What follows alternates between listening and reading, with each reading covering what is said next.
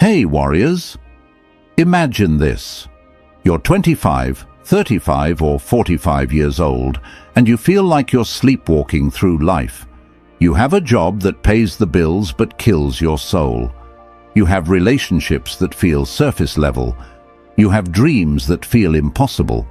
You look in the mirror and see someone you don't recognize. Someone tired, someone defeated, someone who's forgotten what it feels like to be truly alive. This isn't a modern problem. This is a human problem that's existed for thousands of years. Marcus Aurelius was the most powerful man in the world, yet he wrote in his personal journal how much trouble he avoids who does not look to see what his neighbor says or does. Even with unlimited power and wealth, he struggled with the same feelings of emptiness and lack of purpose that you do. Seneca, one of Rome's wealthiest men, wrote letters to his friend admitting his own battles with anxiety, anger, and the feeling that time was slipping away. He said, "Every new beginning comes from some other beginning's end." He understood that to create a new life, you must first destroy the old patterns holding you back. And then there's Epictetus, a former slave who became one of history's greatest teachers. He knew what it meant to have everything taken from him, yet he discovered that true freedom comes from within. He taught, "Wealth consists in not having great possessions, but in having few wants." These three men discovered something revolutionary. The path to a fulfilling life follows a specific sequence. It's not random. It's not luck. It's a formula. When you're uninspired and your mind feels dead, you start with the mind. When you're unhappy and your body feels heavy, you start with the body. When you're unmotivated and your heart feels empty, you start with the heart. Mind, body, heart. In that exact order. These are the three brutal rules of Stoicism that we're about to explore. They're brutal because they require you to take complete responsibility for your life. They're brutal because they demand you stop making excuses. They're brutal because they work, but only if you're brave enough to apply them.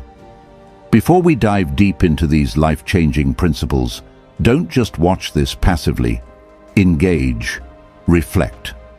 Write down what hits you, and most importantly, at the end of this intro, hit like, leave a comment, share this with someone who needs it, and subscribe to the channel. Because trust me, you don't want to miss any part of this. Don't just hear it, own it. Write this in the comments. I am the author of my own transformation. Rule number 1, fix the mind. When Marcus Aurelius wrote, "You have power over your mind, not outside events." Realize this, and you will find strength. He wasn't writing motivational quotes for Instagram. He was documenting his own brutal battle with his thoughts while leading an empire through war, plague, and betrayal. Your mind is not your friend right now. It's telling you stories that keep you small. It's replaying your failures on repeat. It's convincing you that other people are luckier, smarter, or more deserving than you. Your mind has become a prison guard, and you've forgotten you hold the keys. But the Stoics discovered, your mind is also your greatest weapon. When you learn to control it, everything else becomes possible. Expose your mind.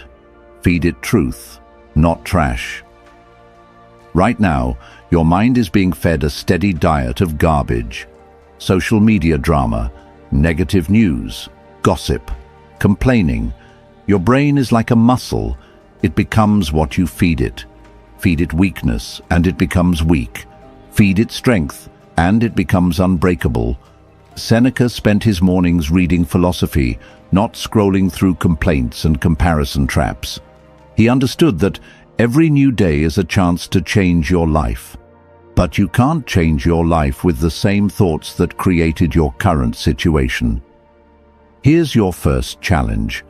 For the next 7 days, replace the first 30 minutes of your day, whatever you normally do first, with reading something that challenges your mind. Philosophy, biographies of people who overcame impossible odds, books about skills you want to develop. Not news, not social media, not entertainment. Your mind has been living on mental junk food. It's time to give it nutrition. Take a moment right now. Think about what you consumed mentally in the first hour after you woke up today. Was it empowering? Was it building the person you want to become? Or was it the same mental poison that's been keeping you stuck? Excite your mind. Give it something worth thinking about. A mind without purpose is like a ship without a destination. It will drift wherever the current takes it. And right now, the current is taking you nowhere good. Epictetus taught his students, first say to yourself what you would be, and then do what you have to do. Your mind needs a target, not a vague wish like, I want to be happy. A specific, clear vision of who you're becoming. Here's what most people get wrong. They set goals for what they want to have or achieve. But the Stoics understood that lasting transformation comes from deciding who you want to be. When you change your identity, your actions follow automatically. Instead of saying, I want to lose weight, say, I am someone who treats my body as a temple. Instead of, I want to be successful, say, I am someone who creates value for others. Your mind will start looking for evidence to support this new identity, and it will find it. Write this down somewhere, you'll see it every day. I am becoming. And finish that sentence with the person you're committed to being. Not the person you hope to be someday. The person you're becoming right now, today, with every choice you make. Open your mind. Destroy the mental prison bars. The biggest prison isn't made of steel bars. It's made of beliefs. Beliefs about what you can't do. Beliefs about what you don't deserve. Beliefs about how the world works. Most of these beliefs aren't even yours. They're hand-me-downs from your parents, your culture, your past failures. Marcus Aurelius battled this too. He wrote, very little is needed to make a happy life. It is all within yourself, in your way of thinking. He had to constantly remind himself that his thoughts about events mattered more than the events themselves. Every time you say, I can't, it's impossible, or that's just how I am, you're building prison walls in your mind. The Stoics called this assent. You're agreeing to let these limiting thoughts control your life. Right now, I want you to identify your 3 biggest mental prison bars. What are the 3 beliefs that stop you from taking action toward the life you want? Write them down. Look at them. These are not facts. These are stories you've been telling yourself. Now rewrite each one. I can't start a business because I don't have money becomes, I'm learning creative ways to start with what I have. I'm not smart enough becomes, I'm developing the skills I need. It's too late for me becomes, every moment is a new beginning. Your mind will resist this. It's comfortable with the familiar lies, but comfort is the enemy of growth. The daily mind training ritual. The ancient Stoics didn't just think about philosophy, they practiced it daily. Here's your brutal daily mind training ritual that will reprogram your thinking. Every morning, spend 5 minutes writing down 3 thoughts that serve you and 3 that don't. The ones that don't serve you, those are the thoughts you're going to catch and replace throughout the day. Every evening, spend 5 minutes reviewing your day. When did your mind serve you? When did it sabotage you? What thought patterns do you need to strengthen tomorrow? This isn't about positive thinking. This is about disciplined thinking. There's a difference between hoping things will get better and training your mind to create better. Seneca warned, nothing to my way of thinking is a better proof of a well-ordered mind than a man's ability to stop just where he is and pass some time in his own company. Can you sit alone with your thoughts without reaching for your phone, without distractions, without escape? If not, you don't control your mind. It controls you. Turn listening into transformation. Drop in the comments. My mind is my kingdom, and I am the ruler. Rule number 2. Fix the body. Here's a truth that will make you uncomfortable. Your body is betraying your dreams every single day. While your mind makes plans, your body sabotages them. You want to wake up early, but your body craves the snooze button. You want to eat healthy, but your body demands sugar and comfort food. You want to feel energetic and alive, but your body feels heavy and tired. The ancient Stoics understood something modern society has forgotten. Your body isn't just a vessel for your mind. It's the foundation for your entire life. When Seneca wrote, "Every new beginning comes from some other beginning's end," he was talking about ending your toxic relationship with your own body. Marcus Aurelius trained his body like a warrior, not because he enjoyed it, but because he knew a weak body creates a weak mind. He wrote, "At dawn, when you have trouble getting out of bed, tell yourself, I have to go to work as a human being." Your body is your first job. Everything else depends on how well you do this job. You've been treating your body like an enemy instead of an ally. Today, that changes. Nourish. Your body is not a garbage disposal. Right now, your body is running on empty, not just from lack of food, but from lack of proper fuel. You're putting regular gas in a Ferrari and wondering why it doesn't perform like one. Every time you eat something, you're either feeding your strength or feeding your weakness. There's no neutral. That donut you grabbed this morning, it's not just affecting your waistline. It's affecting your ability to think clearly, your energy levels, your mood, even your confidence. The Stoics practice something called preferred indifference, things that aren't good or bad in themselves, but become good or bad based on how you use them. Food is the perfect example. An apple can fuel your transformation or just fill your stomach. A slice of pizza can be a conscious choice for enjoyment or an unconscious act of self-sabotage. Here's your nutrition challenge. For the next 14 days, before you eat anything, ask yourself one question. Is this food going to help me become who I want to be, or is it going to keep me who I am? This isn't about perfect eating. This is about conscious eating. The Stoics taught that wisdom comes from awareness, not restriction. When you make conscious choices about what you put in your body, you're training the discipline muscle that affects every other area of your life.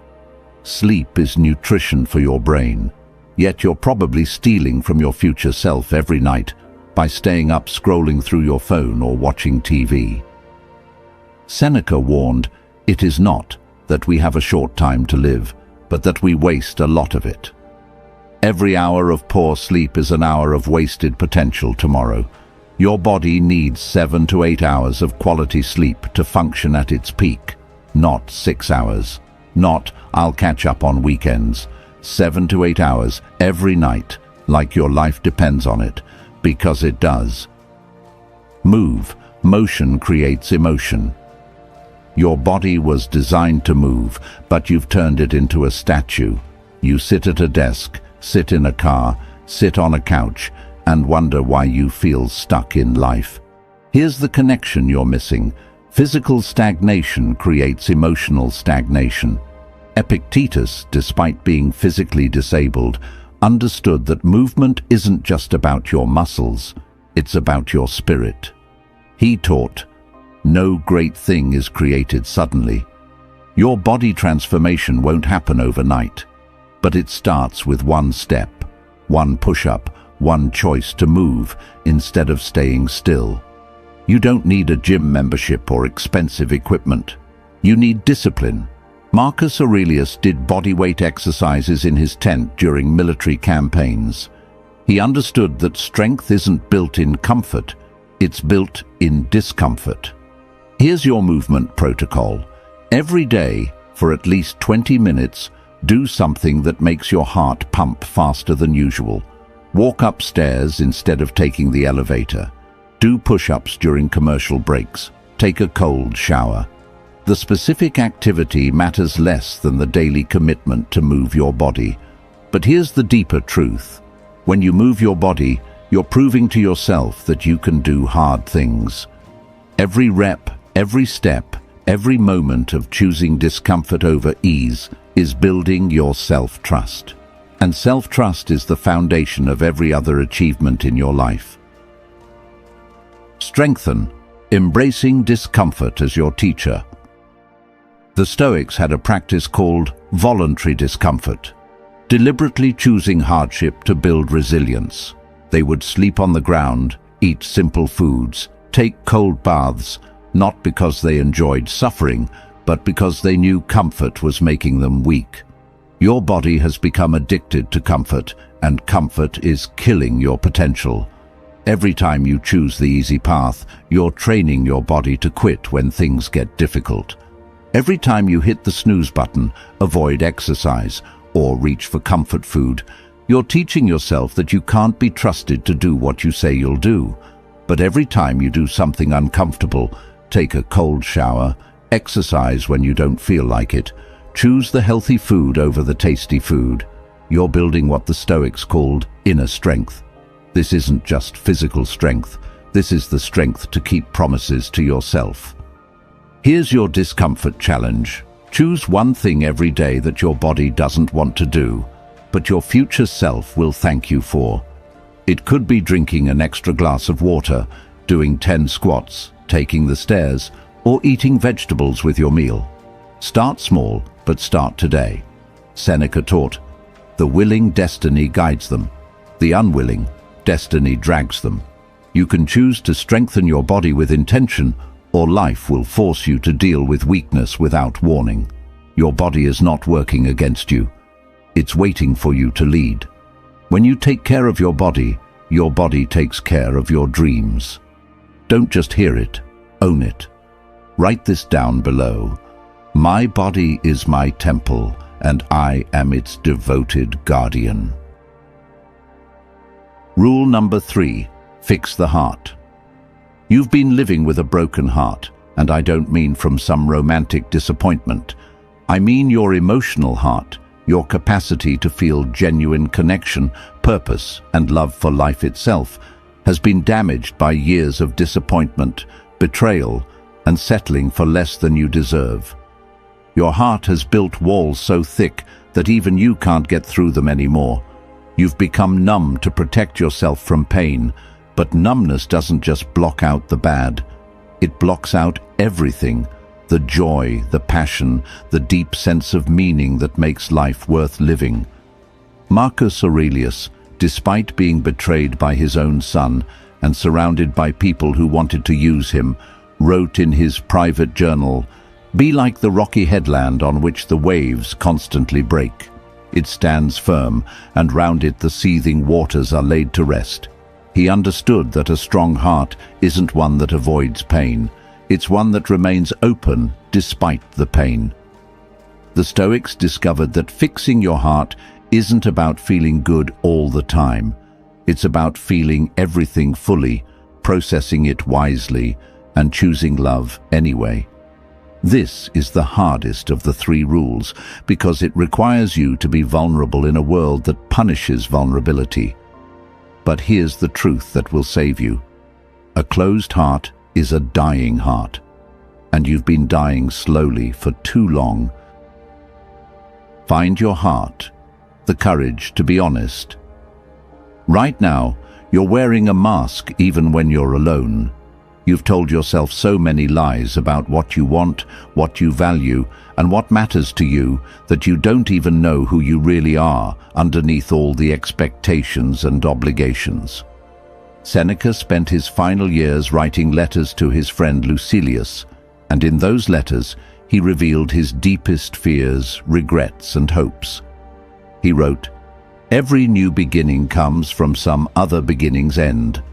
To find your heart, you must end the performance and start being real." Here's your heart-finding exercise. Sit alone, without your phone, without distractions, and ask yourself 3 questions. Don't think about what you should feel. or what others expect you to feel. Just listen to what's actually there. First, if I knew I couldn't fail, what would I spend my life doing? Not what would make money, not what would impress people, but what would make your heart come alive. Second, what am I pretending not to care about that actually matters deeply to me? What dreams have you buried because they seemed too big, too risky, or too late? Third, who am I when nobody's watching? Strip away the titles, the roles, the expectations. What's left? That's your real heart speaking. The answers might scare you. They should. A heart that doesn't scare you isn't big enough for the life you're meant to live. Write these answers down. Look at them. This is who you really are underneath all the layers of protection and pretense. This person, the real you, has been suffocating. Today, we let them breathe. Release your heart, the art of letting go. Your heart is carrying weight that doesn't belong to you. Resentment toward people who hurt you years ago. Guilt about mistakes that can't be changed. Fear about futures that may never happen. Anger at yourself for not being further along in life. Epictetus, who knew what it meant to carry pain, he lived as a slave for years, taught something revolutionary. It's not what happens to you, but how you react to it that matters. Your heart has been reacting to old wounds as if they're still fresh, and it's poisoning your ability to love fully. Marcus Aurelius battled this internal struggle daily. He wrote, "How much trouble he avoids who does not look to see what his neighbor says or does, but only to what he does himself." He understood that holding on to resentment is like drinking poison and expecting someone else to die. Here's your heart release ritual. Every evening for the next 30 days, write down one thing you need to forgive. It might be someone else. It might be yourself. It might be life itself for not turning out the way you planned. Write it down. Feel the emotion fully, then consciously choose to release it. Not because they deserve forgiveness, but because you deserve freedom. Not because it was okay, but because carrying it is destroying your ability to love and be loved. This isn't about being weak or naive. This is about being strong enough to put down the weights you've been carrying so you can actually move toward what you want. Embrace your heart, living with purpose. A heart without purpose is like a compass without magnetic north. It spins in circles, pointing everywhere and nowhere. You've been living in survival mode for so long that you've forgotten what it feels like to truly thrive. The Stoics believed in something called sympathia, the idea that we're all connected, that your individual purpose is tied to serving something greater than yourself. Marcus Aurelius wrote, "What hurts the hive hurts the bee." Your heart needs to feel connected to something meaningful, or it withers. But here's where most people get it wrong. They wait for purpose to find them like it's going to knock on their door with a clear set of instructions. Purpose isn't discovered. It's created through action, through paying attention to what makes you come alive, through noticing where your skills meet the world's needs. Here's your purpose-finding mission. For the next week, notice when you feel most alive. Not entertained, not distracted, but truly alive. When does time seem to fly? When do you feel like you're operating at your highest level? When do other people tell you that you light up? These moments are clues. Your heart is trying to tell you something. Listen. Then ask yourself, how can I serve others with this energy? Because a heart that serves only itself eventually runs empty, but a heart that serves others becomes infinite. Start small. Volunteer somewhere. Help a neighbor. Share your knowledge. Create something beautiful. The specific action matters less than the intention to contribute to something bigger than your own comfort and convenience. Seneca taught, "The willing, destiny guides them." When you align your heart with service, with love, with meaning, life starts working with you instead of against you. Here we are at the end of our journey together, but this isn't really an ending, it's your beginning. For the past hour, we've walked through the 3 brutal rules that have the power to completely transform your life. Let me remind you what we discovered. First, we fixed the mind. We learned that your thoughts are not facts, they're choices. We exposed your mind to truth instead of trash, excited it with clear purpose instead of vague wishes, and opened it by destroying the limiting beliefs that have kept you prisoner. Remember Marcus Aurelius's words, "You have power over your mind, not outside events." Realize this, and you will find strength. Second, we fixed the body. We stopped treating it like an enemy and started treating it like the foundation for everything else you want to achieve. We learned to nourish it with intention, move it with purpose, and strengthen it through voluntary discomfort. Your body isn't just carrying you through life, it's preparing you for the challenges ahead. Third, we fixed the heart. This was the hardest part, because it required us to be honest about who we really are, to release the pain we've been carrying, and to embrace a purpose bigger than our own comfort. We learned that a closed heart is a dying heart, and vulnerability isn't weakness. It's the birthplace of everything beautiful in life. But here's the secret the ancient Stoics understood. These 3 rules don't work in isolation. They form a powerful cycle of transformation that feeds on itself and grows stronger every day. When you fix your mind, you give your body clear direction. When you fix your body, you give your heart the strength to feel deeply. When you fix your heart, you give your mind a reason to keep growing and expanding. Mind, body, heart. Each one supports the others. Each one makes the others unstoppable. This isn't about perfection. The Stoics weren't perfect either. Marcus Aurelius struggled with his thoughts. Seneca battled with his desires. Epictetus fought to find meaning in suffering. But they kept showing up day after day, choice after choice, committed to becoming the best version of themselves. And look what they achieved. They changed history. That's all this is asking of you. Show up. Make the hard choice. Trust the process. Believe in yourself. You have greatness inside you. The person you're meant to become is waiting on the other side of these 3 brutal rules. The question isn't whether you can do this. The question is whether you will. And I believe you will. I believe you have what it takes to create an extraordinary life. Fix your mind, and you'll fix your life. Fix your body, and you'll free your soul. Fix your heart, and you'll never lose your way. You are capable of incredible things. Before you leave, hit that like button if this message has fired you up. Share this video with someone who needs to hear it. Be the catalyst for their transformation. Subscribe to our channel because we're building a movement of people who refuse to settle for less than they deserve. And most importantly, drop a comment below telling me which of these 3 rules, mind, body, or heart, you're going to dominate first. Your transformation starts now. Go out there and show the world what you're made of. This journey doesn't end here. On my channel, Psycho, we go beyond simple motivation. We dive into the timeless power of Stoicism, lessons that don't just inspire for a moment, but shape the way you live every single day.